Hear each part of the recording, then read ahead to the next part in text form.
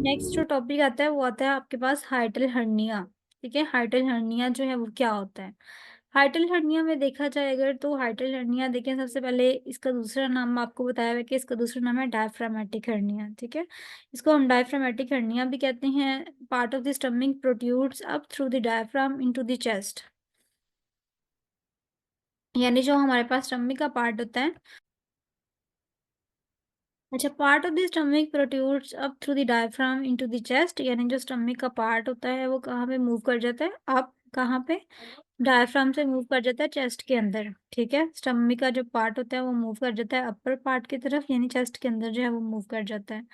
Types इसकी भी दो हैं, जैसे हमने उसकी टाइप्स पढ़ी, इसकी भी टाइप्स हैं। हर्निया होता ही ये है कि अगर एक पार्ट जो है वो अपने जगह से मूव करके कहीं और चला जाता है, उसे हम कहते हैं हर्निया की कंडीशन है। ठीक है, अब हर्निया में देखिए उन्होंने डायफ्रामेटिक हर्निया तो बेसिकली किससे रिलेटेड होगा? डायफ्राम से रिलेटेड होगा, स्टमक से रिलेटेड होगा, अपर पार्ट से रिलेटेड होगा। ठीक है, इस तरह से करके अगर आपके पार्ट जो स्टमक का थोड़ा सा पार्ट है वो ऊपर को चला जाता है। अगर हम ऊपर वाली डायग्राम देखें ना तो वहाँ पे ज़्यादा क्लियर उन्होंने दिखाया हुआ है कि ये देखें जिस तरह से ये स्टमक का थोड़ा सा पोर्शन इस तरह से ऊपर को जा रहा है। ठीक है, इसे हम कहते हैं हर्निया।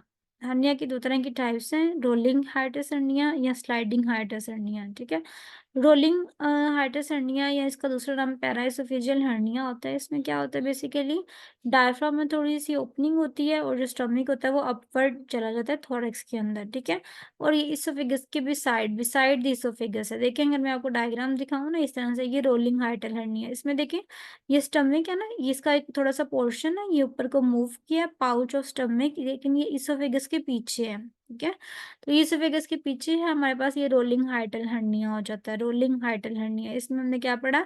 एक तो इसका दूसरा नाम आपने पढ़ना है पैराइसोफेजियल हर्निया है। ठीक है, और इसमें जो मूव करती है चीज वो कहाँ पे मूव करती है? बिसाइड। ठीक है, बिसाइड द इसोफेगस। ये आपने डायग्राम याद रखनी है इसके अंदर बहुत अच्छे तरीके से कि जो स्टमक है वो आपका मूव करेगा, अपर पार्ट की तरफ जाएगा, लेकिन इसोफेगस के पीछे पीछे। ठीक है, इसको हम कहते हैं रोलिंग हाइटल हर्निया।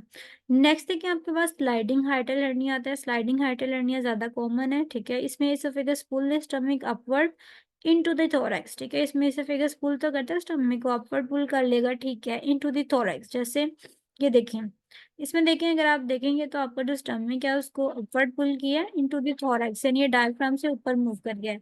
वहां पे था पीछे की तरफ। ठीक है, यहाँ पे है ऊपर की तरफ। ठीक है, इनके दरमियान जो डिफरेंस है वो आपने अच्छे से याद करना है। स्लाइडिंग हाइटल हर्निया ये है आपके पास, और ये आपके पास है रोलिंग हाइटल हर्निया। ठीक है, होप सो आपको इन दोनों का डिफरेंस याद रहेगा। विद डायग्राम आपने जो है वो इनको याद रखना है। ठीक है, अगर हम इसके रिस्क फैक्टर देखें तो रिस्क फैक्टर में आपके पास क्या क्या चीजें आ जाती हैं? स्मोकिंग है, कंजेंटल फैक्टर्स हैं। कंजेंटल फैक्टर्स मतलब कि जो चीजें जेनेटिकली होती हैं। ठीक है, और ईटिंग लार्ज मील्स, अगर आप पार्टिकुलरली रात को खाना ज्यादा खाते हो, ओबेसिटी है, एज इंक्रीज है, बेंडिंग एंड लाइंग पोस्चर्स, यानी अगर आपका बेंड करने का पोस्चर नहीं ठीक है, उठाने का बैठने का पोस्चर नहीं ठीक, उसकी वजह से भी हो सकता है। ठीक है, wearing tight clothing around the waist, कमर के इर्द गिर्द टाइट कपड़े पहनने से। ठीक है, इसकी वजह से कंडीशन हो सकती है। जेंडर इफेक्ट करता है।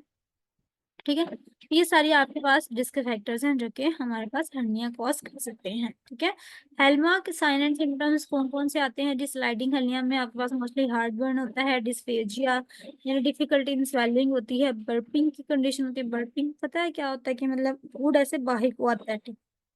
ठीक है, ये कंडीशन आपके पास स्लाइडिंग हर्निया में मोस्टली देखने को मिलती हैं। और रोलिंग हर्निया में जो कह लो कि इंपॉर्टेंट साइंस हैं वो कौन कौन से आते हैं? चेस्ट पेन आपको रोलिंग हर्निया में होती है, शॉर्टनेस ऑफ ब्रेथ होती है, feeling of fullness after eating, मतलब खाने के बाद आपको इस तरह से लगता है जैसे फुलनेस है। ठीक है, ये सारी चीजें रोलिंग हर्निया में होती है। डायग्नोस्टिक स्टडीज इसकी भी सेम उसकी तरह से ही है कि अगर आप मेडिकल हिस्ट्री सबसे पहले आपने देखनी है कि पेशेंट को क्या क्या साइन एंड सिम्टम्स अपीयर हो रहे हैं, बेरियम स्वेलो करवा के देखना होता है।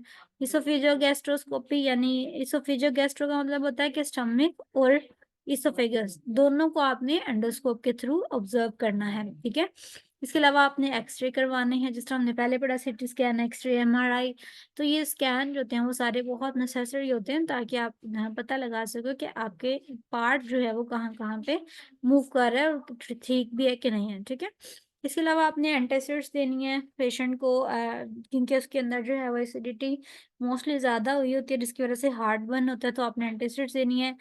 उसके इसमें कौन-कौन से एंटासिड्स हैं जिसमें पॉलीक्रोल है, म्यूकेन है, गिविस्कोन है, अल्सानिक है, ठीक है? मोस्टली इसके सिरप्स वगैरह या एंटीबायोटिक ये वाली जो है वो प्रोवाइड की जाती हैं। एडमिनिस्टर्ड हाइड्रोजन ब्लॉकर्स, ठीक है? प्रोटॉन पंप ब्लॉकर्स जो हैं जिसमें रैनिटिडीन, निज़ाटिडीन, फमोटिडीन और सिमेटिडीन आती हैं, ये प्रोवाइड कर सकते हैं। आपने टाइट क्लॉथिंग से अवॉइड करना है क्योंकि हमने पढ़ा कि टाइट क्लॉथिंग से ये रिस्क फैक्टर इसका ज़्यादा होता है, ठीक है? फैटी फ्राइड फूड से जो है वो अवॉइड करना है आपने।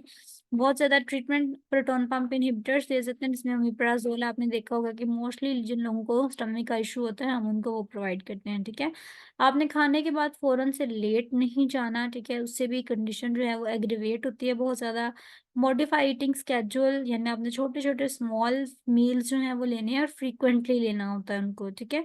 और हेड ऑफ़ द बेड यानी मोस्टली क्या होता है कि अगर बेड का जो हेड है वो अगर डाउन होगा तो इस तरह से फील होता है कि स्टमक से सारा फूड जो है वो जैसे ऊपर को आ रहा हो, तो आपने हेड ऑफ द बेड को एलिवेट रखना होता है, 45 डिग्री के एंगल तक मोस्टली एलिवेट करना होता है, ठीक है? सर्जरी 15% कहा जाता है कि केसेस में मोस्ट सक्सेसफुल होती है, ठीक है?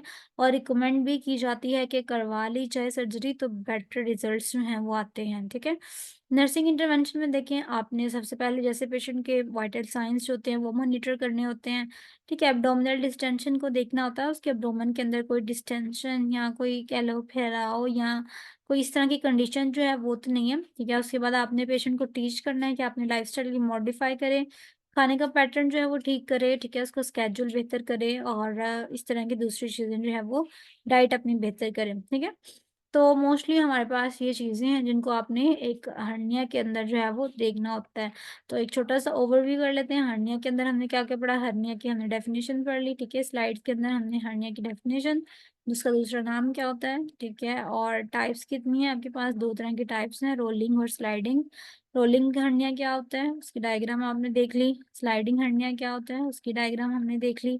रिस्क फैक्टर्स कौन-कौन से होते हैं हमारे पास, हॉलमार्क यानी इम्पोर्टेंट साइन एंड सिम्पटम्स कौन-कौन से थे आपके पास, वो आपने देख लिए, ठीक है? रोलिंग के भी, स्लाइडिंग के डायग्नोस्टिक स्टडी किस-किस तरह से हम कर सकते हैं और ट्रीटमेंट में हमारे पास क्या-क्या चीज़ें आती हैं, ठीक है? ट्रीटमेंट के बाद आपने उसका medical intervention and nursing intervention जो है वो उसको देख लिया, ठीक है?